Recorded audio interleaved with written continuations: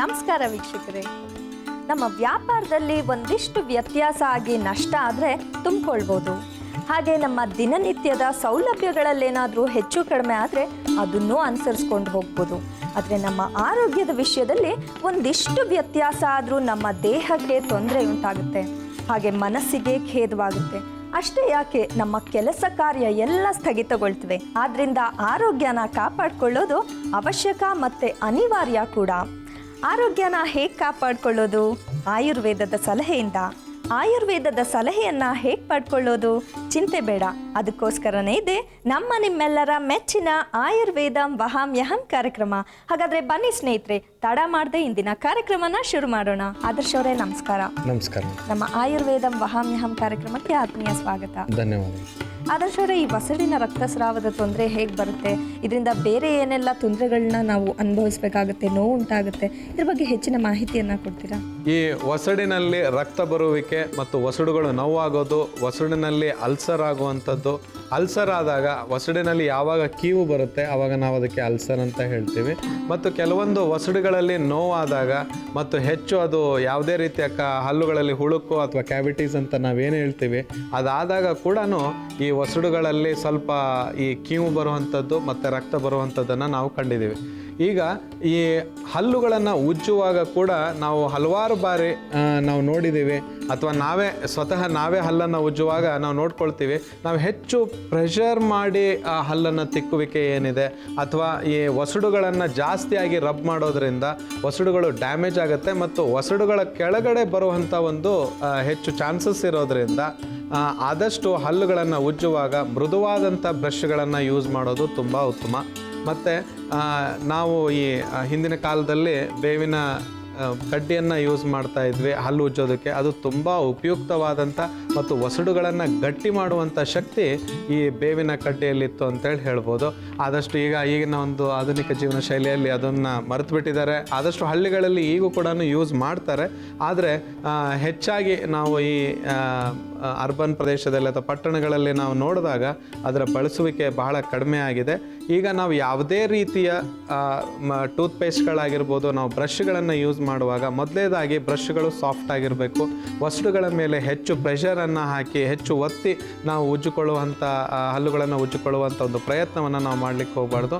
ಮತ್ತು ಆದಷ್ಟು ನಾವು ಮೌತನ್ನು ಅಂದರೆ ಈಗ ಬಾಯನ್ನು ನಾವು ಗಾರ್ಗ್ಲಿಂಗ್ ಮಾಡುವಂಥದ್ದು ಒಂದು ಏನು ರೂಢಿ ಇದೆ ಅದನ್ನು ರೂಢಿಸ್ಕೊಳ್ಳೋದು ತುಂಬ ಉತ್ತಮವಾದಂಥದ್ದು. ಮತ್ತು ನೀವು ಯಾವಾಗ ತಿಂಡಿ ತಿಂದ ನಂತರ 2 ತುಳಸಿ ಎಲೆಯನ್ನು ಒಂದು ಚಿಟಿಕೆಯಷ್ಟು ಉಪ್ಪನ್ನು ಹಾಕಿ ಕಚ್ಚಿ ತಿನ್ನುವ ಒಂದು ಅಭ್ಯಾಸವನ್ನು ನೀವು ಮಾಡಿಕೊಂಡ್ರೆ ತುಂಬ ಉತ್ತಮವಾದಂಥ ರಿಸಲ್ಟ್ಸನ್ನು ಪಡಿತೀರ. ವೀಕ್ಷಕರೇ, ಇವತ್ತಿನ ದಿವಸ 2 ಪ್ರಯೋಗಗಳನ್ನು ಮಾಡ್ತಾ ಇದ್ದೀವಿ, ಅದನ್ನು ನೋಡಿ ಅದರ ಪ್ರಯೋಜನವನ್ನು ಪಡಿ. ಸ್ನೇಹಿತರೆ, ವಸಡಿನ ರಕ್ತಸ್ರಾವ ಈ ಒಂದು ವಿಷಯದ ಬಗ್ಗೆ ಹೆಚ್ಚಿನ ಮಾಹಿತಿಯನ್ನು ಪಡ್ಕೊಂಡಿದ್ದೀವಿ. ಬನ್ನಿ ಈಗ ಈ ಒಂದು ಸಮಸ್ಯೆ ಬಂದಾಗ ಯಾವ ರೀತಿ ನಾವು ಮನೆಯಲ್ಲೇ ಸುಲಭವಾಗಿ ಔಷಧಿಗಳನ್ನ ತಯಾರಿಸ್ಕೋಬೋದು ಅಂತ ನೋಡೋಣ. ಈ ಪ್ರಯೋಗಕ್ಕೆ ಬೇಕಾಗಿರುವಂಥ ಸಾಮಗ್ರಿಗಳು ಏನಂತ ಹೇಳಿ ನೋಟ್ ಮಾಡ್ಕೊಳ್ಳಿ. ಉಪ್ಪು, ಲವಂಗದ ಎಣ್ಣೆ, ಅರಿಶಿಣದ ಪುಡಿ ಹಾಗೂ ತುಳಸಿ ಎಲೆ, ಇಷ್ಟು ಇದಕ್ಕೆ ಬೇಕಾಗಿರುವಂಥ ಸಾಮಗ್ರಿಗಳು. ಇದನ್ನು ಹೇಗೆ ಮಾಡೋದು ಅಂತ ಹೇಳಿ ತೋರಿಸ್ಕೊಡ್ತೀನಿ. ಮೊದಲಿಗೆ ಲವಂಗ, ಉಪ್ಪು ಮತ್ತು ತುಳಸಿ ದಳಗಳನ್ನು ಹಾಕಿ ನಾವು ಜಜ್ಕೊಳ್ಬೇಕು. ಅರ್ಧ ಚಮಚದಷ್ಟು ಲವಂಗ, 1/4 ಚಮಚದಷ್ಟು ಉಪ್ಪು, 5 ರಿಂದ 6 ಎಲೆಗಳಷ್ಟು ತುಳಸಿ ದಳ, ಇದನ್ನು ಹಾಕ್ಕೊಂಡ್ಬಿಟ್ಟು ಈಗ ಜಜ್ಕೊಳ್ಳೋದು.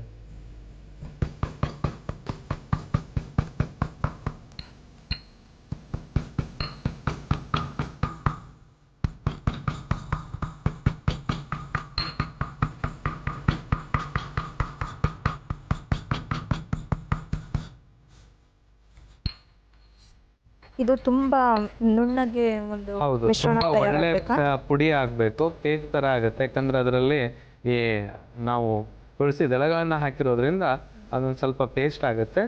ಅದಕ್ಕೆ ನಾವು ಅರಿಶಿಣದ ಪುಡಿ ಮತ್ತು ಈ ಲವಂಗದ ಎಣ್ಣೆಯನ್ನು ಹಾಕ್ಕೊಳ್ಬೇಕು. ಈಗ ಲವಂಗದ ಎಣ್ಣೆ ಸಾಧಾರಣವಾಗಿ ನಿಮಗೆ ಎಲ್ಲ ಗಂಧಿಕೆ ಅಂಗಡಿಗಳಲ್ಲೂ ಸಿಗುತ್ತೆ.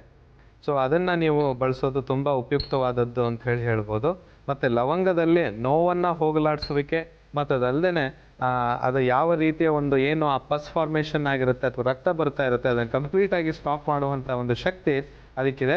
ಮತ್ತು ಅದು ಯಾವುದೇ ರೀತಿಯ ಸೆಪ್ಟಿಕ್ ಆಗಲಾರ್ದ ಹಾಗೆ ನೋಡ್ಕೊಳ್ಳುವಂಥ ಒಂದು ಕ್ರಿಯೆ ಈ ಅರಿಶಿಣದ ಪುಡಿ ಮಾಡುತ್ತೆ ಅಂತೇಳಿ ಹೇಳ್ಬೋದು. ಉಪ್ಪು ಈ ದುರ್ವಾಸನೆ ಬರುವಂಥದ್ದನ್ನು ಸ್ಟಾಪ್ ಮಾಡುತ್ತೆ, ಮತ್ತು ಅದಲ್ಲದೆ ತುಳಸಿ ಎಲೆ ಕೂಡ ಅದೇ ಕಾರ್ಯವನ್ನು ಮಾಡುತ್ತೆ ಅಂತೇಳಿ ಹೇಳ್ಬೋದು. ಈಗ ಇದೇ ಸಮಯದಲ್ಲಿ ಒಂದು ಚಿಟಿಕೆಯಷ್ಟು ಅರಿಶಿಣದ ಪುಡಿಯನ್ನು ಹಾಕ್ಬೇಕು.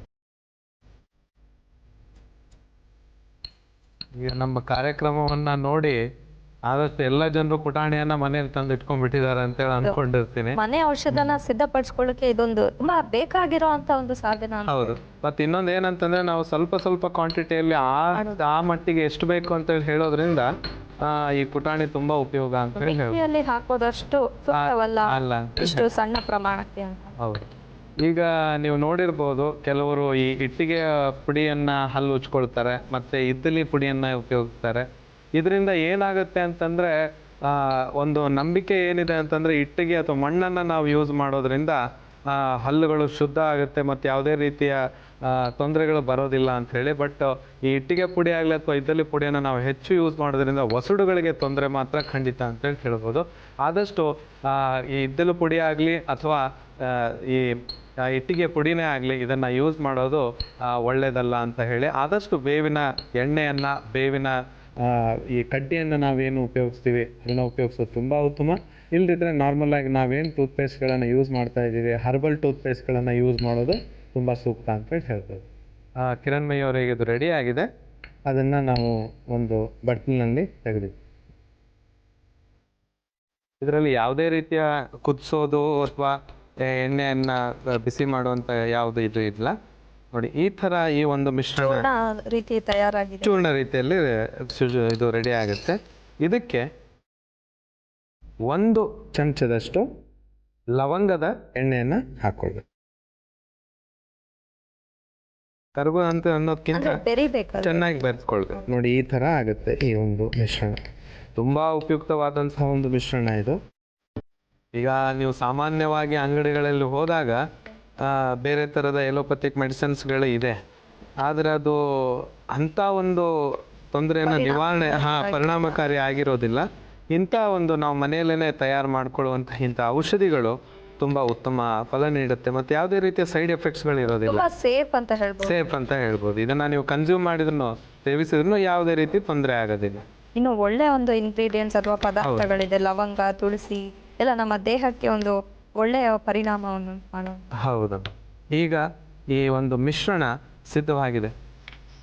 ವೀಕ್ಷಕರೇ, ಇವತ್ತಿನ ದಿವಸ ಈ ಹಲ್ಲುಗಳಲ್ಲಿ ರಕ್ತ ಬರುವಿಕೆ ಮತ್ತು ಹಲ್ಲುಗಳಲ್ಲಿ ಕೀವಾಗುವಂಥ ಒಂದು ಏನು ಸಂಭವಗಳು ಬರುತ್ತೆ ಅಂಥದಕ್ಕೆ ರಾಮಬಾಣ ಅಂತ ಹೇಳ್ಬೋದು. ನಾವಿವತ್ತು ಉಪ್ಪು, ಲವಂಗದ ಎಣ್ಣೆ, ತುಳಸಿ ದಳ ಹಾಗೂ ಅರಿಶಿಣದ ಪುಡಿ ಮಿಶ್ರಣ ಮಾಡಿದಂಥ ಒಂದು ತೈಲವನ್ನು ಲೇಪನ ಮಾಡಿಕೊಳ್ಳುವಂಥ ಒಂದು ವಸುಡುಗಳಿಗೆ ತೈಲವನ್ನು ನಾನಿವತ್ತು ತಯಾರಿಸಿದ್ದೀನಿ. ಅದನ್ನು ಮಾಡಿ ಅದರ ಉಪಯೋಗಗಳನ್ನು ಪಡೆದುಕೊಳ್ಳಿ. ಹಾಗೆ ಆದರ್ಶ್ ಅವರೇ, ನಾವು ಹೀಗೆ ತಯಾರಿಸಿಟ್ಕೊಂಡಂತ ಒಂದು ಈ ಮಿಶ್ರಣ ಏನಿದೆ ಅದನ್ನ ಯಾವ ರೀತಿ ಎಷ್ಟು ದಿನಗಳವರೆಗೆ ಅವ್ರು ಯೂಸ್ ಮಾಡಬೇಕಾಗುತ್ತೆ ಇದನ್ನ, ಮತ್ತು ಯಾವ ಹೊತ್ತು, ಬೆಳಿಗ್ಗೆ ಸಂಜೆ 2 ಹೊತ್ತು ಯೂಸ್ ಮಾಡಬೇಕಾ? ಈಗ ನೋಡಿ, ಬೆಳಿಗ್ಗೆ ನೀವು ಹಲ್ಲು ಏನು ಉಜ್ಕೊಳ್ತೀರಾ ಅದರ ನಂತರ ಇದನ್ನು ಮಾಡಬೇಕು. ಇದನ್ನು ಮಾಡಿದ ನಂತರ ಸ್ವಲ್ಪ ವಾರ್ಮ್ ವಾಟರ್ನಲ್ಲಿ ಬಾಯನ್ನು ಮುಕ್ಕಳಿಸಿ, ನಂತರ ನೀವು ರಾತ್ರಿ ಮಲಗೋಕ್ಕಿಂತ ಮುಂಚೆ ಒಂದು ಸಾರಿ ಈ ವಸುಡನ್ನು ನೀವು ಇದರಿಂದ ಮಸಾಜ್ ಮಾಡ್ಕೊಳ್ಬೇಕು. ಮತ್ತು ಅದೇ ರೀತಿ ವಾರ್ಮ್ ವಾಟರಿಂದ ಬಾಯಿಂದ ಮುಕ್ಕಳಿಸಿ ನಂತರ ಮಲಗೋದು ತುಂಬ ಉತ್ತಮ. ಮತ್ತು ಆದಷ್ಟು ಊಟ ಆದ ನಂತರ ಈ ಒಂದು ಕ್ರಿಯೆಯನ್ನು ಮಾಡೋದು ತುಂಬ ಉತ್ತಮ ಅಂತ ಹೇಳ್ತಾರೆ. ವಸುಡಿನ ರಕ್ತಸ್ರಾವಕ್ಕೆ ಮನೆ ಔಷಧ. ಬೇಕಾಗಿರುವ ಸಾಮಗ್ರಿಗಳು: ಉಪ್ಪು, ಲವಂಗದ ಎಣ್ಣೆ, ಅರಿಶಿನ ಮತ್ತು ತುಳಸಿ ಎಲೆ. ತಯಾರಿಸುವ ವಿಧಾನ: ಕುಟಾಣಿಗೆ ಲವಂಗ, ಉಪ್ಪು, ತುಳಸಿ ಎಲೆಯನ್ನು ಹಾಕಿ ಕುಟ್ಟಿಕೊಂಡು ಅದಕ್ಕೆ ಅರಿಶಿನವನ್ನು ಹಾಕಿ ಮತ್ತೊಮ್ಮೆ ಕುಟ್ಟಿಕೊಳ್ಳಿ. ನಂತರ ಬಟ್ಟಲಿಗೆ ಹಾಕಿಕೊಂಡು ಲವಂಗದ ಎಣ್ಣೆಯನ್ನು ಬೆರೆಸಿಕೊಂಡರೆ ವಸಡಿನ ರಕ್ತಸ್ರಾವಕ್ಕೆ ಮನೆ ಔಷಧ ಸಿದ್ಧ. ಸ್ನೇಹಿತರೆ, ಈ ವಸಡಿನ ರಕ್ತಸ್ರಾವದ ತೊಂದರೆ ಉಂಟಾದಾಗ ಮನೆಯಲ್ಲಿ ಸಿದ್ಧಪಡಿಸಬಹುದಾದಂಥ ಮತ್ತೊಂದು ಸುಲಭವಾದ ಮನೆ ಔಷಧ ಏನು ಅಂತ ನೋಡೋಣ ಬನ್ನಿ. ಅದಕ್ಕೆ ಬೇಕಾಗಿರುವಂಥ ಸಾಮಗ್ರಿಗಳು ಏನಂತ ಹೇಳಿ ನೋಟ್ ಮಾಡ್ಕೊಳ್ಳಿ. ಬೇವಿನ ಎಣ್ಣೆ, ಲವಂಗದ ಎಣ್ಣೆ, ಉಪ್ಪು ಹಾಗೂ ನಿಂಬೆಹಣ್ಣು, ಇಷ್ಟು ಇದಕ್ಕೆ ಬೇಕಾಗಿರುವಂಥ ಸಾಮಗ್ರಿಗಳು. ಈಗ ಮೊದಲಿಗೆ ಪಾತ್ರೆಯನ್ನು ಇಟ್ಕೊಂಡು ಇದನ್ನು ಬಿಸಿ ಮಾಡಬೇಕು. ಇದಕ್ಕೆ ನಾವು 2 ಚಮಚದಷ್ಟು ಲವಂಗದ ಎಣ್ಣೆ ಹಾಗೂ 2 ಚಮಚದಷ್ಟು ಬೇವಿನ ಎಣ್ಣೆ ಇದನ್ನು ಮಿಶ್ರಣ ಮಾಡಬೇಕು. ಇದಕ್ಕೆ ಸ್ವಲ್ಪ ಉರಿಯನ್ನು ಕಡಿಮೆಯಾಗಿಟ್ಕೊಂಡು ಅದಕ್ಕೆ 1 ಚಮಚದಷ್ಟು ಪುಡಿ ಉಪ್ಪನ್ನು ಹಾಕ್ಕೊಳ್ಬೇಕು.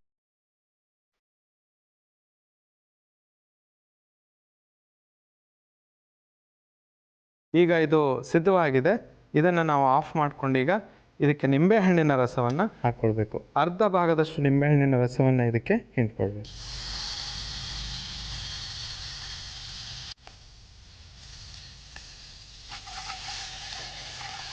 ಈ ರೀತಿ ತಯಾರಾದಂಥ ಈ ಮಿಶ್ರಣವನ್ನು ಒಂದು ಬೌಲಿಗೆ ನಾವು ಹಾಕ್ತೀವಿ. ತುಂಬ ಒಂದು ಸರಳವಾದಂಥ ಒಂದು ಪ್ರಯೋಗ ಅಂತ ಹೇಳ್ಬೋದು. ಹಾಗೆ ಎಷ್ಟು ಸುಲಭವಾಗಿ ಸಿಗುವಂಥ ಅಂದರೆ ಪದಾರ್ಥಗಳನ್ನ ನಾವು ಯೂಸ್ ಮಾಡ್ತಾ ಇದ್ದೀವಿ. ನಿಂಬೆ ಹಣ್ಣು ಇರ್ಬೋದು ಅಥವಾ ಈ ಉಪ್ಪನ್ನು ಇರ್ಬೋದು. ಹೌದು. ಈಗ ನೋಡಿ, ಇದೇನು ಈಗ ಈ ಮಿಶ್ರಣ ತಯಾರಾಗಿದೆ, ಇದನ್ನು ನೀವು ತಣ್ಣಗಾಗಬೇಕಿದು. ಕಂಪ್ಲೀಟಾಗಿ ತಣ್ಣಗಾದ್ಮೇಲೆ ಇದನ್ನು ಬೆಳಿಗ್ಗೆ ಹಲ್ಲನ್ನು ನಾವೇನು ಉಜ್ಕೊಳ್ತೀವಿ, ಒಂದು ಸಾರಿ ನೀವು ಇದನ್ನು ಬ್ರಷ್ ಮಾಡ್ಕೊಂಡು ಇದನ್ನು ಬ್ರಷ್ನಲ್ಲಿ ಬ್ರಷ್ ಮಾಡ್ಕೊಳ್ಬೇಕು. ನಂತರ ಇದನ್ನು ನೆಕ್ಸ್ಟ್ ನೀವೇನು ನಾರ್ಮಲ್ ಟೂತ್ಪೇಸ್ಟನ್ನು ಯೂಸ್ ಮಾಡ್ತೀರಾ, ಆಮೇಲೆ ಅದನ್ನು ಮಾಡ್ಕೊಳ್ಬೇಕು. ಇದು ದಿವಸಕ್ಕೆ ರಾತ್ರಿ ಮಲಗೋಕ್ಕಿಂತ ಮುಂಚೆ ಮತ್ತು ಬೆಳಿಗ್ಗೆ 2 ಸಾರಿ ಇದನ್ನು ನೀವು ಮಾಡಬೇಕಾಗುತ್ತೆ. ಆದಷ್ಟು ನೆನ್ಪಿಟ್ಕೊಳ್ಳಿ, ಧ್ಯಾನ ವಹಿಸಿ ಇದನ್ನು ತಣ್ಣಗಾದ್ಮೇಲೆ ನೀವು ಇದನ್ನು ಉಪಯೋಗಿಸಿ. ವೀಕ್ಷಕರೇ, ಇವತ್ತಿನ ದಿವಸ 2 ಪ್ರಯೋಗಗಳನ್ನು ನಾವು ಮಾಡಿದ್ದೀವಿ. ಹಲ್ಲುಗಳಲ್ಲಿ ರಕ್ತಸ್ರಾವ ಮತ್ತು ಕೀವು ಬರುವಿಕೆಯನ್ನು ಹೇಗೆ ನಾವು ದೂರಗಟ್ಟಬೇಕು ಮತ್ತು ಅದನ್ನು ಹೇಗೆ ತಡೆಗಟ್ಟಬೇಕು ಅಂತ ಹೇಳಿ. ಮತ್ತು ಇನ್ನೊಂದು ಉಪಯುಕ್ತವಾದಂಥ ಮಾಹಿತಿ ನಾನು ಏನು ಕೊಡೋಕ್ಕೆ ಇಷ್ಟಪಡ್ತೀನಿ ಅಂದರೆ, BP ಇದ್ದವರು ಅವ್ರು ಅಂದ್ಕೊಳ್ಬೋದು ಇದರಲ್ಲಿ ಉಪ್ಪಿನಂಶ ಇದೆ, ನಾವು ಹೇಗೆ ಇದನ್ನು ಹಚ್ಕೊಳ್ಳೋದು. ಯಾಕಂದರೆ ಕೆಲವು ಬಾರಿ ಉಪ್ಪಿನಂಶ ನಾವು ಸೇವಿಸ್ಬಿಡ್ತೀವಿ. ಸೊ ಆದ್ದರಿಂದ ಅವರು ಭಯಪಡುವಂಥ ಒಂದು ಅವಶ್ಯಕತೆ ಇಲ್ಲ. ಯಾಕಂತಂದರೆ ಬೆಳಗಿನ ಜಾವದಲ್ಲಿ ನೀವು ಇದನ್ನು ಈ ಒಂದು ಕಾರ್ಯವನ್ನು ಏನು ಮಾಡ್ತೀರಿ, ಸ್ಮಾಲ್ ಪರ್ಸೆಂಟೇಜ್ ಆಫ್ ಸಾಲ್ಟ್ ಬಾಯಲ್ಲಿ ಹೋಗ್ಬೋದೇ ಹೊರತು ಜಾಸ್ತಿ ಹೋಗೋದಿಲ್ಲ. ಯಾಕಂದರೆ ಇದನ್ನು ಬ್ರಷ್ ಮಾಡಿದ ನಂತರ ನೀವು ಬಾಯನ್ನು ಮುಕ್ಕಳಿಸ್ತೀರಾ, ಮತ್ತು ನೆಕ್ಸ್ಟ್ ಬ್ರಷ್ ನಾರ್ಮಲ್ ಬ್ರಷ್ ಏನು ಮಾಡ್ತೀರಾ ಅದನ್ನು ಮಾಡ್ತೀರಾ. ಇದರಿಂದ ಅದೊಂದು ಆ ಒಂದು ತೊಂದರೆ BP ಹೆಚ್ಚಾಗ್ಬೋದು ಉಪ್ಪನ್ನು ಸೇವನೆ ನಾವು ಮಾಡಿದಾಗ. ಆ ಒಂದು ಭಯ ಬೇಡ ಅಂತ ಹೇಳೋದಕ್ಕೆ ಇಷ್ಟಪಡ್ತೀನಿ. ಈ ಒಂದು ಈ ನಿಂಬೆಹಣ್ಣಿನ ರಸ ಮತ್ತು ಉಪ್ಪು ಅನ್ನೋದೇನಿದೆ, ಬಾಯಲ್ಲಿರುವಂಥ ದುರ್ವಾಸನೆ ಮತ್ತು ಯಾವುದೇ ರೀತಿಯ ರಕ್ತ ಒಂದು ಏನು ನಿಮಗೆ ಬರ್ತಾ ಇರುತ್ತೆ ಅದನ್ನು ತಡೆಗಟ್ಟುವಂಥ ಒಂದು ಶಕ್ತಿ ಅದಕ್ಕಿದೆ. ಲವಂಗದ ಎಣ್ಣೆ ನೋವನ್ನು ಕಡಿಮೆ ಮಾಡುತ್ತೆ, ಕೆಂಪಗಾಗಿದ್ರೆ ಅಥವಾ ಅಲ್ಸರ್ಸ್ ಆಗಿದ್ರೆ ಕಡಿಮೆ ಮಾಡುತ್ತೆ. ಅದರೊಟ್ಟಿಗೆ ನಾವು ಈ ಬೇವಿನ ಎಣ್ಣೆನ ಕೂಡ ಯೂಸ್ ಮಾಡಿದ್ದೀವಿ. ತುಂಬ ಉಪಯುಕ್ತವಾದಂಥ ಎಣ್ಣೆ ಅಂತೇಳಿ ಹೇಳ್ಬೋದು. ಇಷ್ಟನ್ನು ಉಪಯೋಗಿಸಿ ಮಾಡಿದಂತಹ ಈ ಒಂದು ತೈಲ ಈಗ ಸಿದ್ಧವಾಗಿದೆ. ಒಸಡಿನ ರಕ್ತಸ್ರಾವಕ್ಕೆ ಮನೆ ಔಷಧ. ಬೇಕಾಗಿರುವ ಸಾಮಗ್ರಿಗಳು: ಬೇವಿನ ಎಣ್ಣೆ, ಲವಂಗದ ಎಣ್ಣೆ, ಉಪ್ಪು ಮತ್ತು ನಿಂಬೆಹಣ್ಣು. ತಯಾರಿಸುವ ವಿಧಾನ: ಕಾಯಲಿಟ್ಟ ಪಾತ್ರೆಗೆ ಲವಂಗದ ಎಣ್ಣೆ, ಬೇವಿನ ಎಣ್ಣೆ ಮತ್ತು ಉಪ್ಪನ್ನು ಹಾಕಿ ಚೆನ್ನಾಗಿ ಬೆರೆಸಿಕೊಳ್ಳಿ. ನಂತರ ಅದಕ್ಕೆ ನಿಂಬೆಹಣ್ಣಿನ ರಸವನ್ನು ಹಾಕಿ ಬೆರೆಸಿಕೊಂಡರೆ ಒಸಡಿನ ರಕ್ತಸ್ರಾವಕ್ಕೆ ಮನೆ ಔಷಧ ಸಿದ್ಧ.